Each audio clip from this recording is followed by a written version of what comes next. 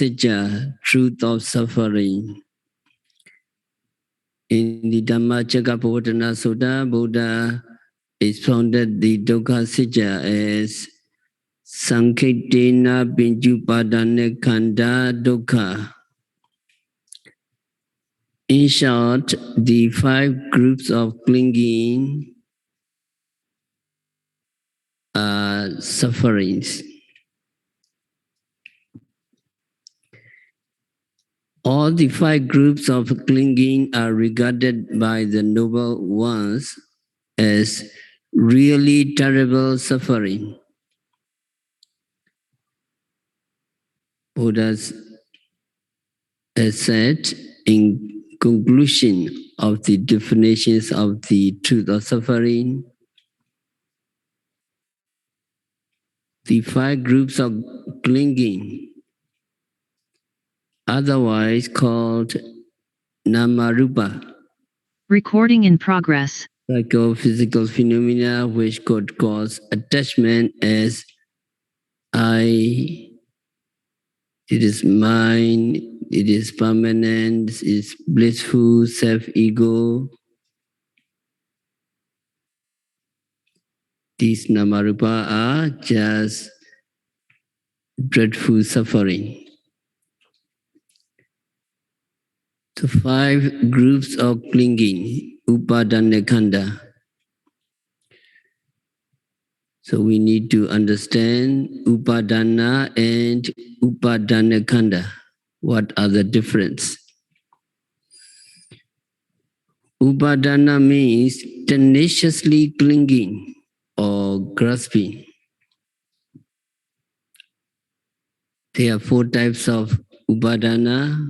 The first one is Kamupadana, clinging of sense desire. It is attachment born of craving for sensual desires.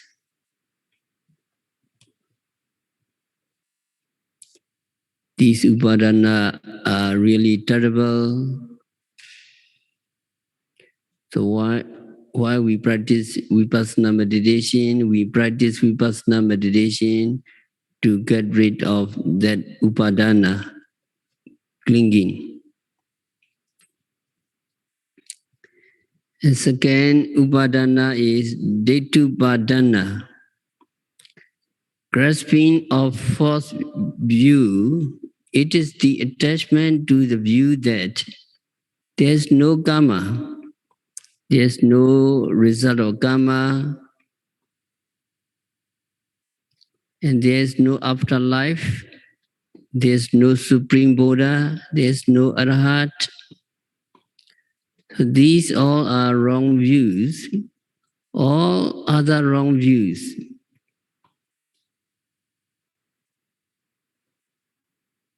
Apart from Atta Deity and Sila Pada Paramata Deity are called Detupadana. And number 3 is Sila Padupadana. That is clinging of mere rites and ceremonies, ritualism.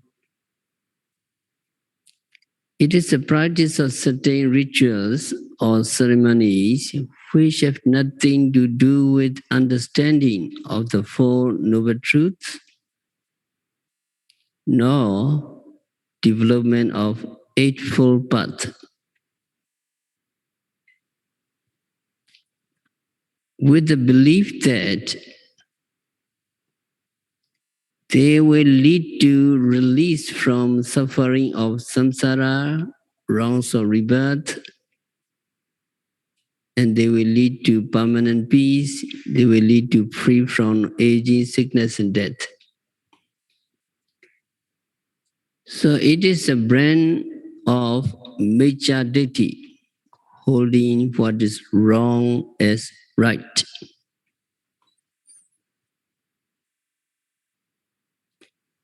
Another clinging is Atta Vadupadana, clinging of the theory of soul. It is attachment to the view in soul, belief in soul, ego, a living entity.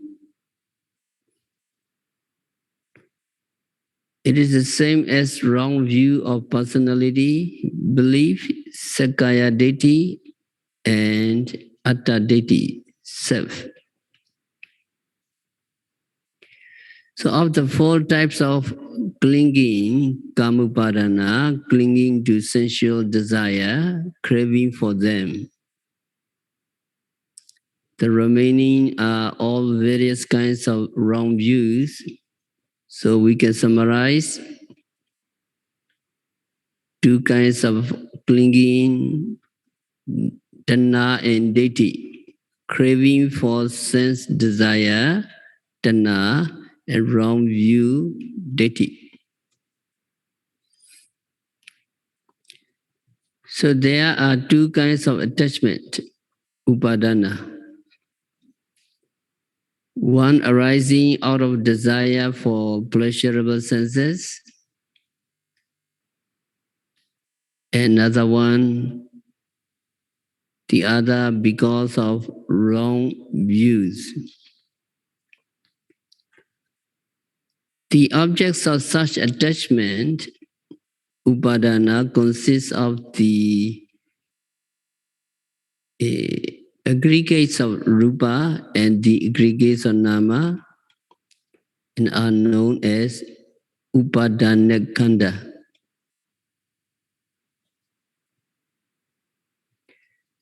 So we have two objects which can cause attachment as I, mine, upadana kanda, groups of clinging.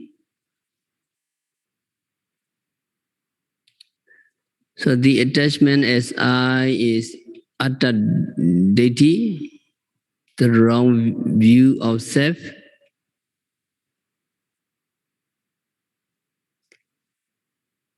It opens the way to the remaining two wrong views.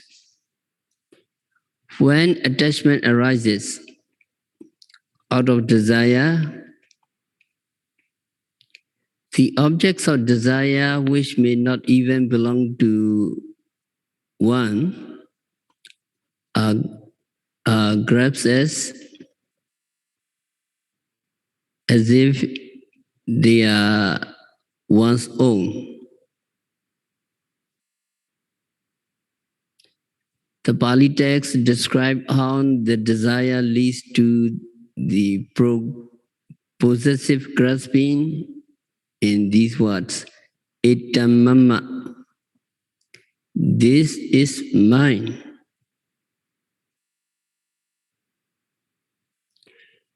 So these upadana are very terrible, and by practicing vipassana meditation, we can get rid of that upadana.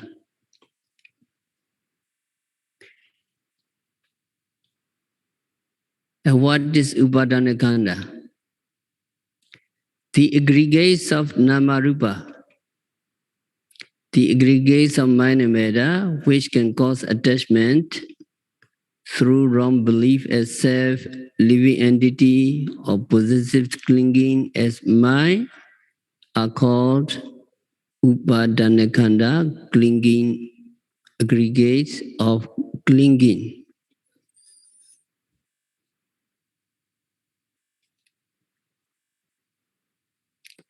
But you need to understand merely aggregates that is lokotara,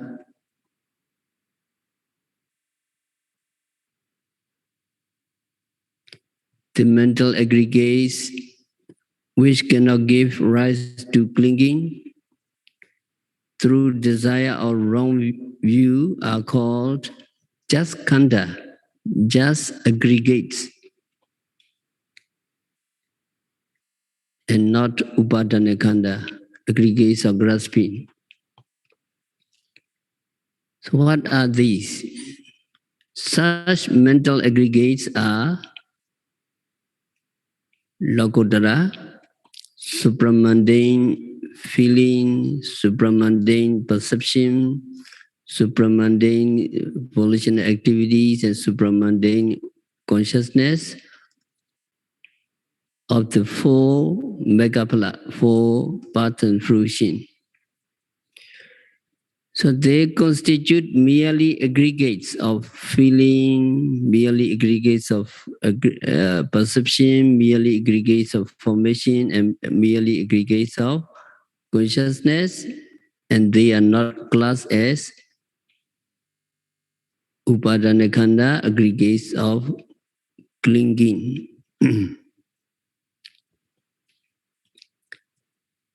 You need to understand Lokiya, the mundane types of material body, mundane types of mundane types of feeling, mundane types of perception, mundane type of volitional activities, and mundane types of consciousness.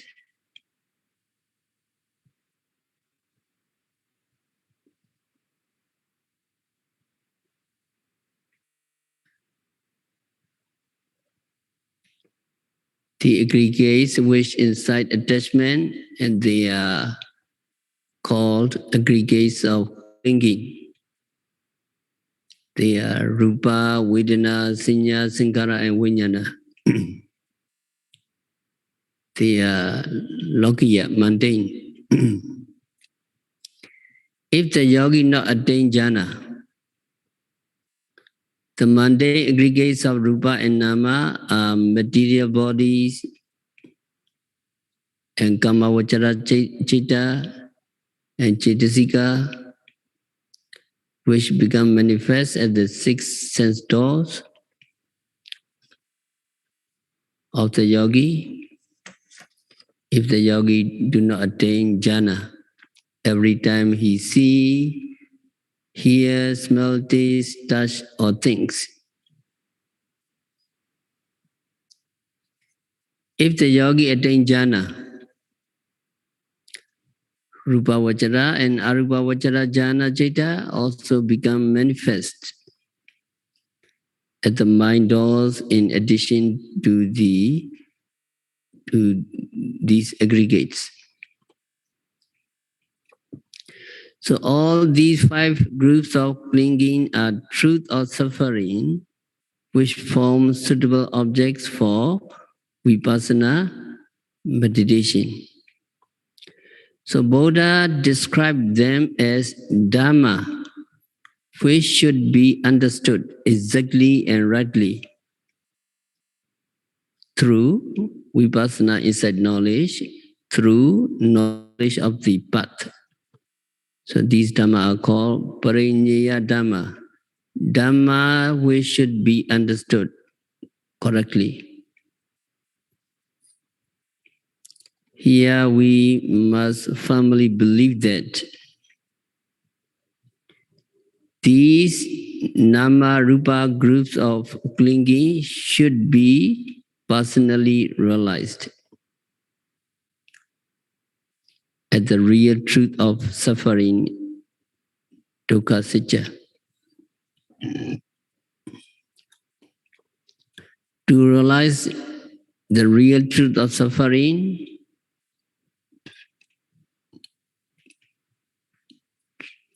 we need to perceive clearly the true nature of arising and vanishing, impermanent, unsatisfactoriness, and unsubstantiality of these Namarupa. How can we perceive? We have to perceive them by observing mindfully Rupa Khanda. When you see, you need to capture eye sensitivity and sight. That is Rupa Khanda. When you hear, you note as hearing, and you capture ear sensitivity and sound, etc. And also you can capture seeing. You may capture the seeing consciousness. That is Nama Upadana Khandha. When you note hearing, and you can capture the Nama Upadana Khandha, hearing consciousness, etc. So when phenomena manifest themselves at the six sense doors on every occasion of your seeing, hearing, smelling, tasting, touching, and thinking.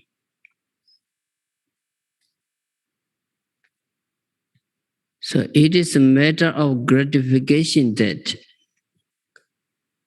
all energetic yogis have seen reality as it is. By your practice of mindfulness, in accordance with Satipatthana method, that is, you are taking note of every manifestation as it occurs. At each of the six doors, so yogis should congratulate yourself that you have come to know the Dhamma as taught by the Buddha. Sankitena Pinjupadana Khanda Dukkha. The five groups of clinging are suffering. So you strive all the more strenuously to attain more complete knowledge.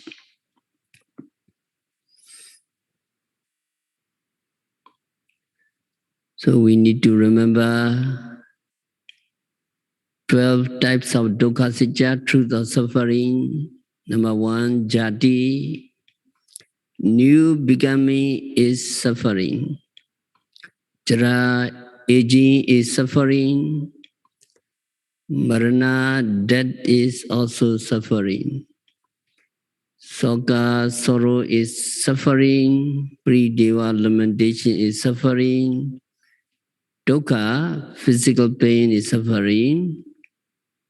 Domanassa, grief is also suffering.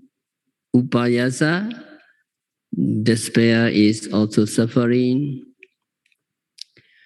Association with hateful person is suffering.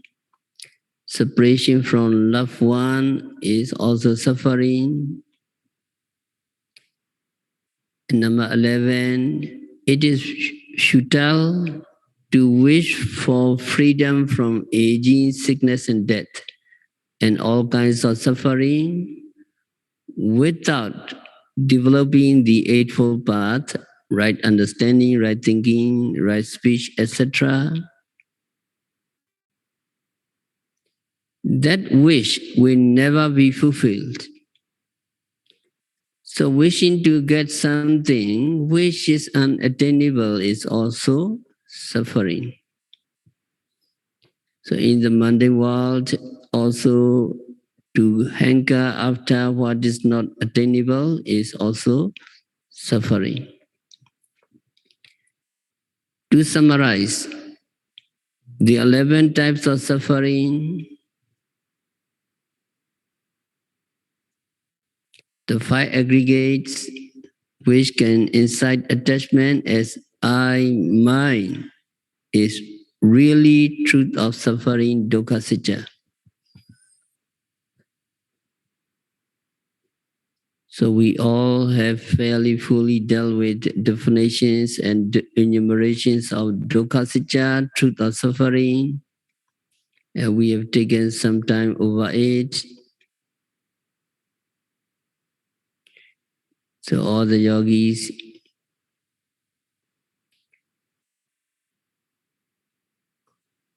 are trying to develop the middle path or eightfold path.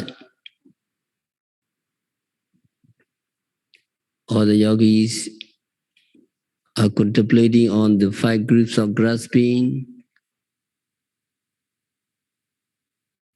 the truth of suffering, which should be clearly and completely understood.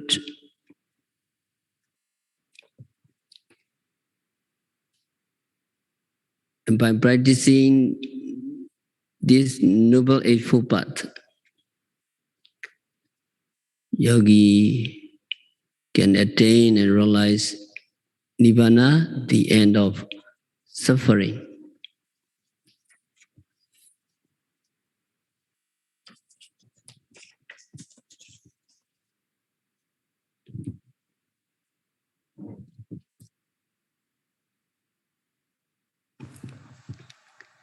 After defining the truth of suffering, Dukkha Sacca,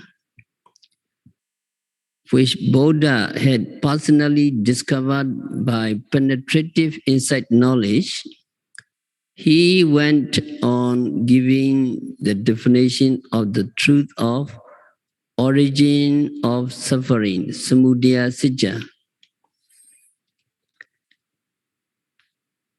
And Buddha expounded, Idang Kopana Bekwe Dukkha Samudaya Ariya Saccam. Yayam Tanna Bonobavika Nandiraga Sagata Tatra Tatra Binandini Siyatitam Kamatana Bhavatana Vibhavatana. Buddha said, Bhikkhus, what I will presently teach is the noble truth concerning the origin of suffering, or the truth which noble ones should know. There is this hunger, this craving, this tanha, which gives rise to fresh rebirth and is bound up with pleasure and attachment, or has the nature of pleasure and attachment, seeks delight, finds gratification now here, now there, everywhere. What is this tanha? What is this craving? It is the three kinds. Number one, kamatana, sensual craving, desire for enjoyment of sensual pleasures. Bhavatana, craving for eternal existence, holding the eternity belief. Vibhavatana, craving for non-existence, self-annihilation, believing that there is nothing after death. So these three kinds of craving are the truth of the origin of suffering. So the truth of the origin of suffering, that is, craving is a causal agency responsible for all kinds of suffering, starting from the suffering of fresh becoming to suffering of the five aggregates of clinging. So to eliminate suffering, what we have to do? To eliminate suffering, it is essential to know the cause of suffering. It is like making a diagnosis to know the cause of an ailment so that it may be cured. Buddha had personally penetrated to this truth of the cause of suffering and had consequently entirely eradicated suffering by removing its cause. The Samudaya Sacca is nothing but tanha, craving for hunger. It is like feeling thirsty or hungry. Tanha is thirst or hunger for sense objects. The craving for sense objects gives rise to fresh becoming, Ponnabhavika. So long as we remain in the grip of this tanha, continuous rebirth will take place. This tanha, craving, finds pleasure in sense objects and clings to them.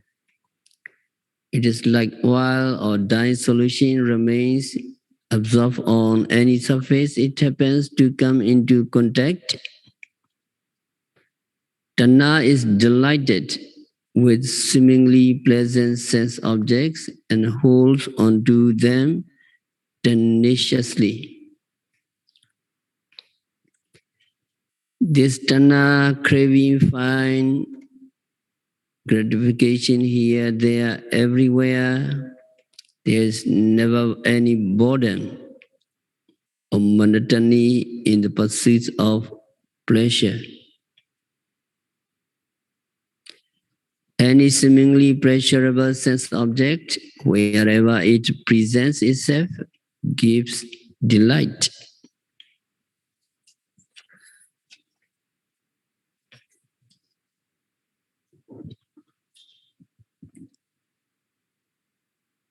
In the human world, life in the lower status of society may be anything but attractive or pleasant to people of higher station.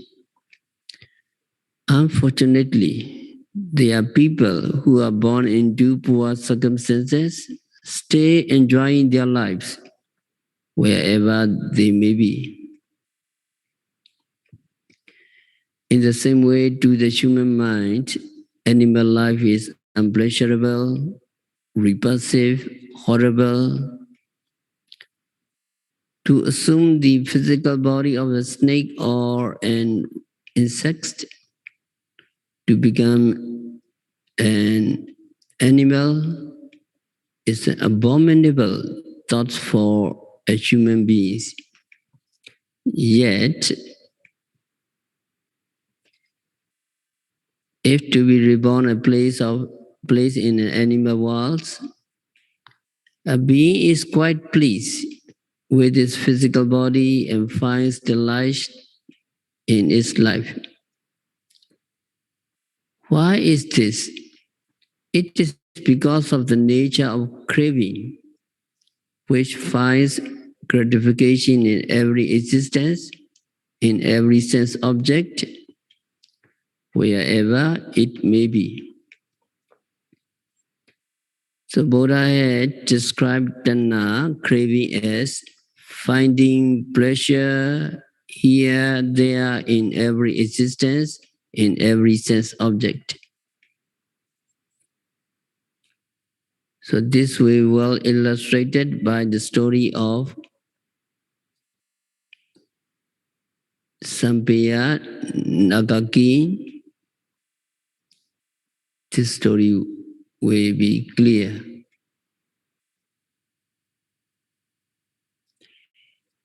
In one of the existences, our Bodhisattva was born into a poor family in the vicinity of the river Sampa.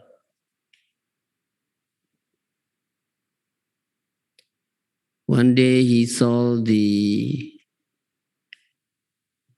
pleasure of the Sampaya Nagaki. So that poor man, Bodhisattva, was envious of this life of pleasure enjoyed by the kings, Naga king.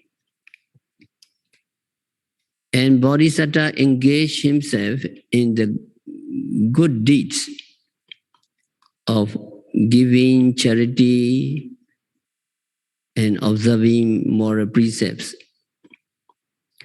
So as a result of these meritorious deeds, when he passed away, he was reborn spontaneously in the realm of Nagas and found himself seated on the throne of Sampaya Naga king. in the full shape and form of a naga king. Naga.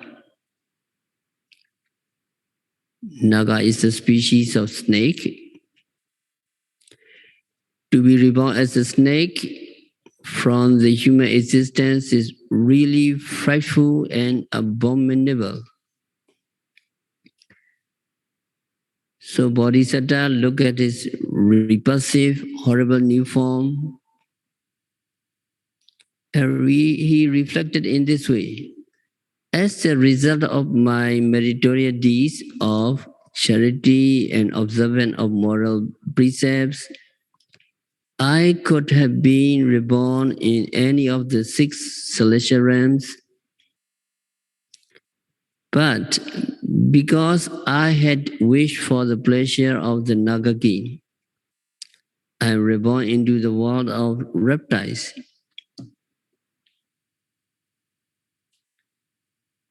It is better to die than to live the life of a snake. He disappointed. So even he played with the idea of committing suicide.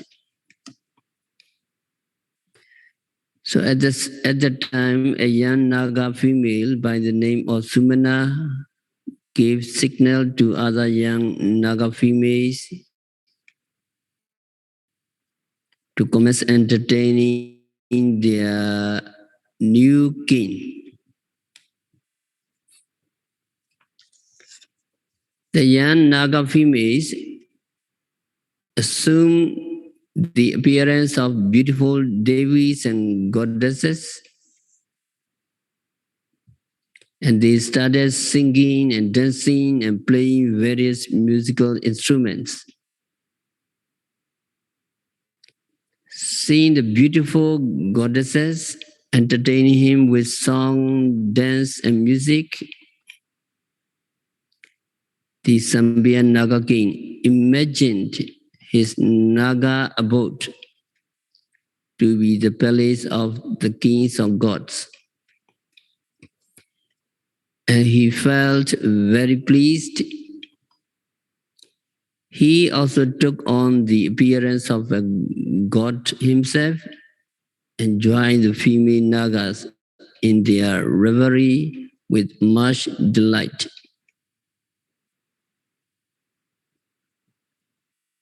However, he was Bodhisattva. Bodhisattva easily regained the sense of reality.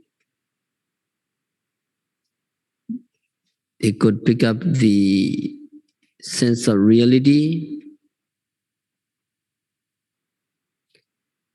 So being a Bodhisattva, he easily regained the sense of reality and resolved to be born again as a human being so that he could further promote his paramis, perfection,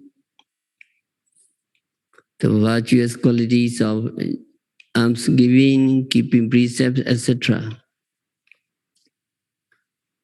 In pursuance of this resolution, the Sambayan Naga king later came to the human world and sought solitude in the forest and kept observant of the moral precepts.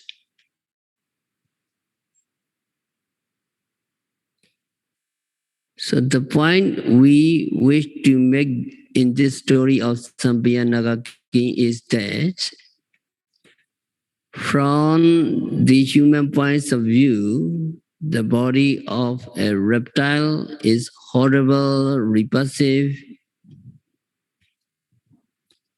At the initial stage of the Naga life, our Bodhisattva also viewed his new life with horror and revulsion, but the sight of the attractive female Nagas brought about a change in his outlook, which kept him reveling and delighting in the Naga existence, as if it was the home of gods.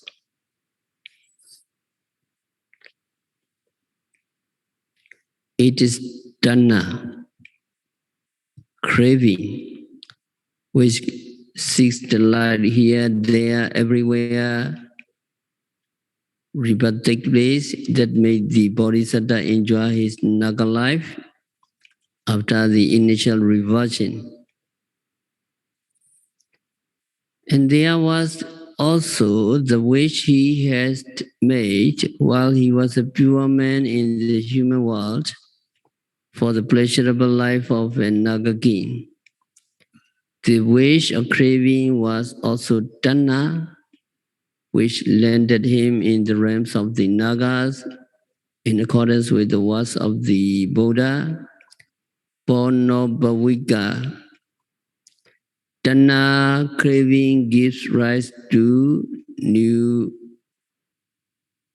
rebirth.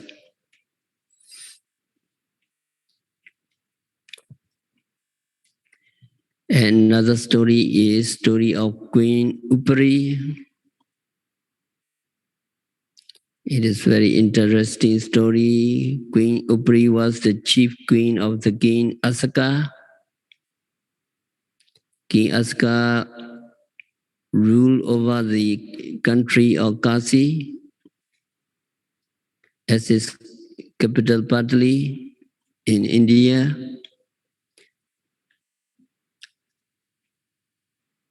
So Queen Upari was said to be of great beauty. Ancient kings used to select the most attractive maidens of their kingdom to become their queens.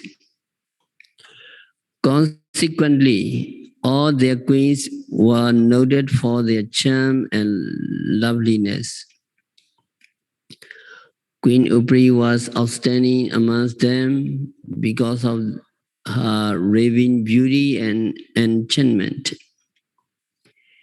Bewitched by her alluring comeliness, King Asaka had lost his heart to her. Much adored by the monarch, and while staying in the prime of her beauty and charm, Queen Upri passed away.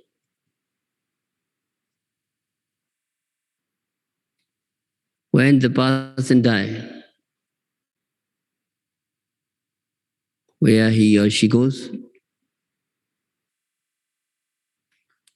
a dead person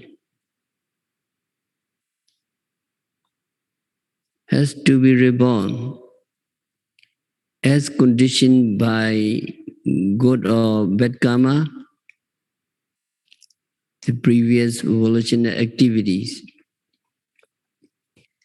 As it happened, Queen Upari, in spite of the saying,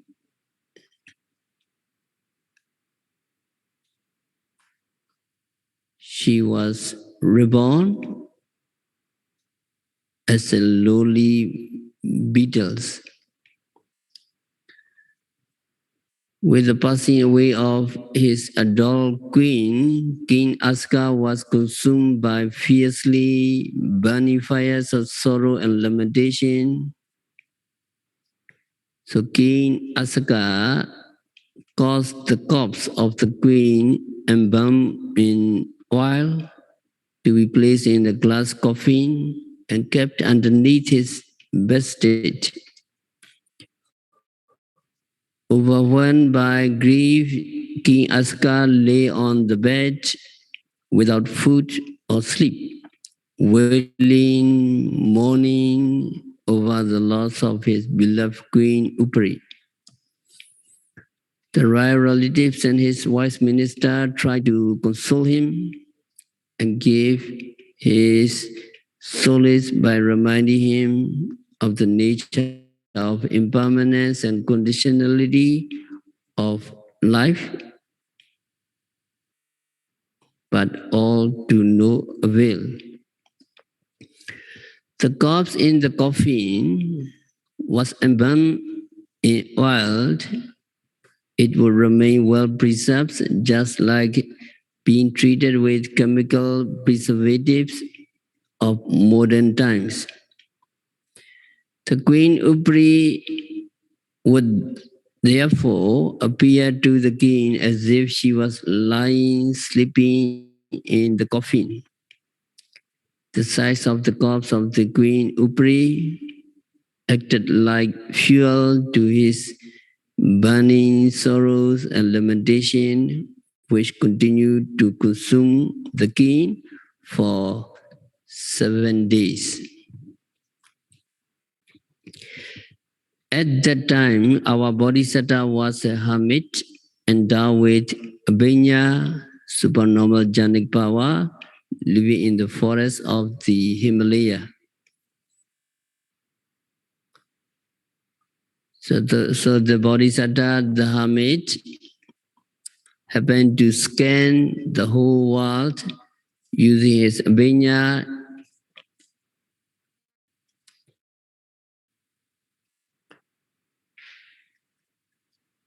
and saw King Asaka in the throes of intense sorrow. So Bodhisattva knew also that no one but himself could save the king from his misery. Then he made his way to the royal garden of King Asaka by means of his jhanic powers. There a young Brahmin came to meet the hermit, who also asked him about King Asaka. The young man told Bodhisattva how the king was being overwhelmed by grief. And he requested Bodhisattva to save the king. And the hermit replied, "We do not know the king, but if he came and asked us, we could tell him about his wife's present existence." The Bodhisattva hermit replied. Thereupon the young man went to the king and said, "Great sir, a hermit endowed with celestial eyes and celestial ears has arrived in the royal garden.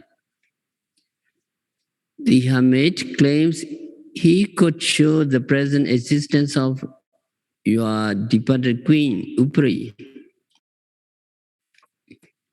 It would be worthwhile to go and see that hermit."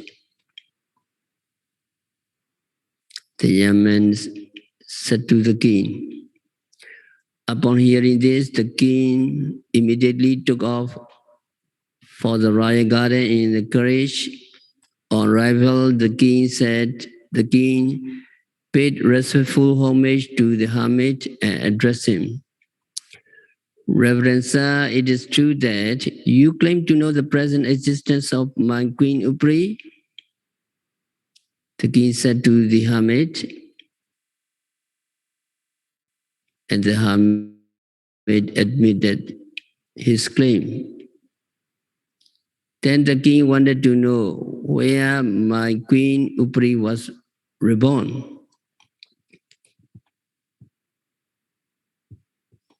And the hermit said, "O great king, your queen Upri took delight in her beauteous appearance and was very proud about it. She has spent her time engaged only in beautifying herself to make herself more alluringly attractive. So she forgot all the while to perform meritorious deeds, to give alms, and to observe moral precepts. As a result, she has passed away existence. Your queen Upri is presently reborn as a female countdown beetle in this very garden." The hermit told the whole story very frankly.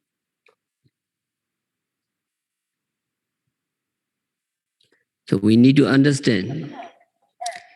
Person favored by fortune, enjoying privilege of wealth, family, education, rank, physical beauty, etc.,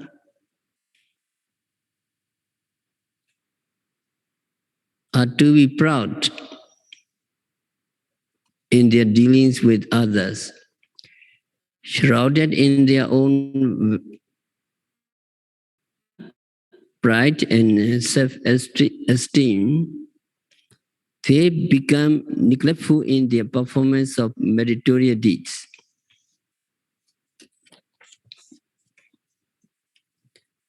Humility plays no part in their makeup.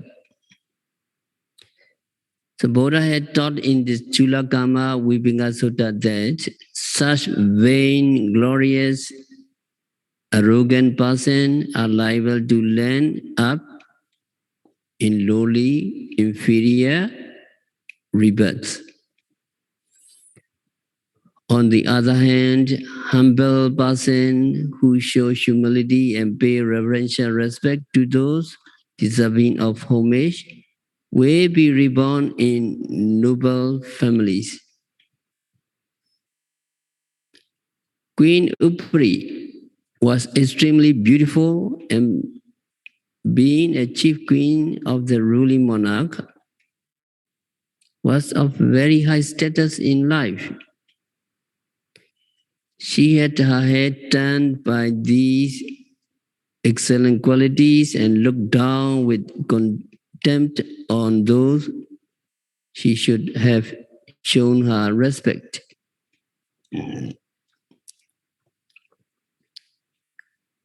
For such unwholesome attitudes and karma,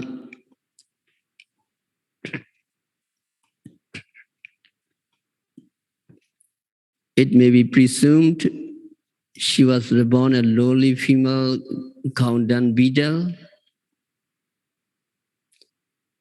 On hearing this account of rebirth to his beloved queen, King Asaka promptly rejected it. He said, I don't believe it.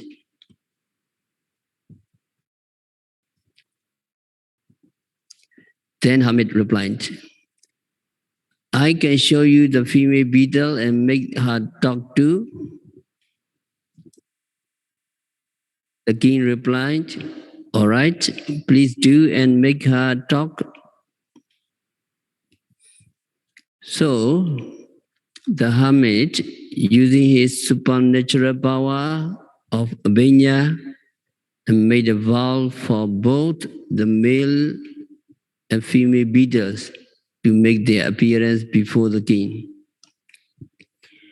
When the male and female beetle emerged from the heap of countdown into the presence of the king, the hermit said, O king, the female beetle which is following from behind was your chief queen Upri Devi. Having abandoned you, she is now trailing the male countdown beetle wherever it goes. O King Asaka, have a good look at the female beetle who was lately your chief queen Upri. And the king Asaka refused to believe the hermit. I can believe that. Such an intelligent being as my queen Upri was reborn as this female beetle. The king said.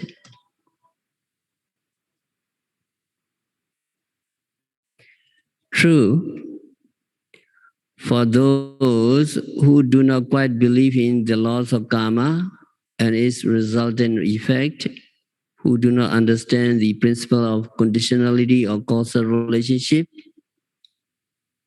as explained in Paticca dependent origination, it would be difficult to accept that a being of the human world should have gone down so low as to become a mere beetle. Even in these days of Sacca, when the Buddha teachings are widely prevalent, there are some people holding the view that when a man dies, he cannot descend into an existence inferior to that of the human beings. So it is not surprising that during the Dark Ages, when the Buddha dispensation was yet unheard of, such stories of reincarnation were received with skepticism. Nevertheless, according to the teaching of the Buddha, for so long as we has not yet attained the status of an Arya noble ones, we can descend from the human world or the celestial realms into the four woeful states of existence. Conditioned by bad karma and the mental reflex, just before death, rebirth may take place in the lower order of beings. On the other hand, conditioned by good karma and wholesome mental attitude, on the threshold of death,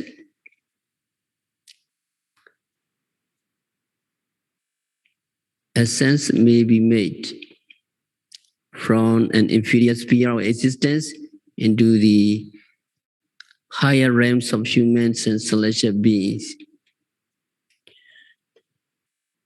You know the story of Bhikkhu Reverend Tesa, who developed attachment to his robes, new robes, when he was about to die. As a consequence, that monk Tesa was reborn as a body loss, making his home on those very robes. And there was another story of frog who met its death while listening to the discourse by the Buddha. He became a celestial being in Tawadesa celestial realms. So these are examples which serve as evidence of various transformations at the time of rebirth. So story is long, so we will continue the story of Queen Upri.